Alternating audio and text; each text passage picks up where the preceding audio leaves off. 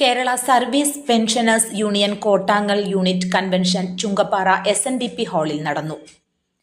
KSSPU സംസ്ഥാന മുൻ vice president PK Abdul Kareem ഉദ്ഘാടനം ചെയ്തു.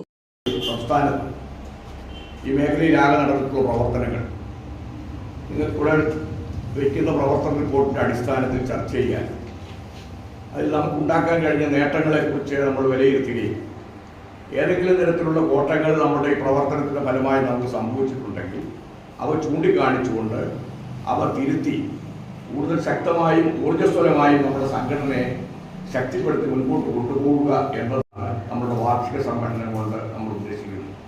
യൂണിറ്റ് പ്രസിഡന്റ് PK ശ്രീധരപ്പണിക്കർ അധ്യക്ഷത വഹിച്ചു. Block vice president BS Sasidharan Nair മുഖ്യപ്രഭാഷണം നടത്തി. ഗ്രാമാന്തരങ്ങളിലെ ഒരു ഉത്സവ പ്രതിനിധിയോടുകൂടി ഇമ്പാതിരി സമ്മേളനങ്ങൾ സംഘടിപ്പിച്ചു വരികയാണ്.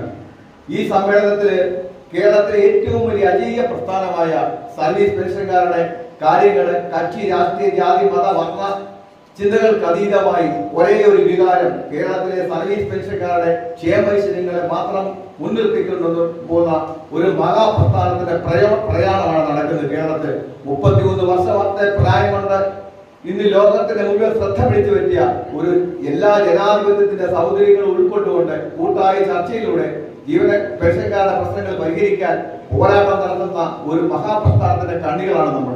അതിന്റെ ജില്ലാ വൈസ് പ്രസിഡന്റ് ജോർജ് തോമസ് സംഘടനാ റിപ്പോർട്ട് അവതരിപ്പിച്ചു.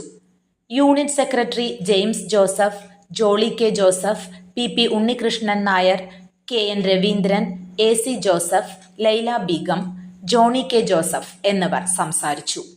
യൂണിറ്റ് പ്രസിഡന്റായി BS ശശിധരൻ നായരെയും സെക്രട്ടറിയായി ജെയിംസ് ജോസഫിനെയും ട്രഷററായി AH ഷംസുദ്ദീനെയും തെരഞ്ഞെടുത്തു.